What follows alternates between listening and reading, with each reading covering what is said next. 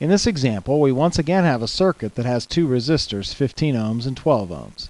And the question is, what's the effective resistance of the entire circuit? Well, this is a little different because these resistors are hooked up in parallel. You can see that if you look at how the current has to travel.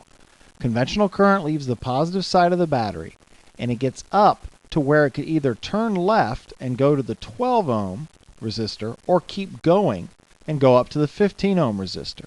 So the current has a choice. When the current has a choice, the resistors are hooked up in parallel.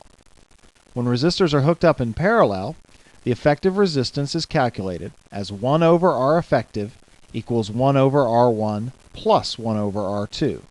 So 1 over R effective is 1 over 12 ohms plus 1 over 15 ohms.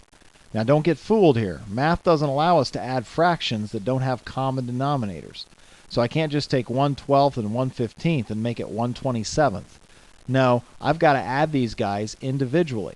Let's convert them to decimal then. 1 over 12 to two significant figures is 0.083. 1 over 15 to two significant figures is 0.067. Now that these numbers are decimals, we can simply add them and get 1 over R effective equals 0.15. In order to get R effective then, I have to take the inverse of each side. The inverse of 1 over R is simply R, and the inverse of 0.15 is 1 over 0.15, or 6.7. The inverse of 1 over ohms is ohms. So in the end, the effective resistance is 6.7 ohms.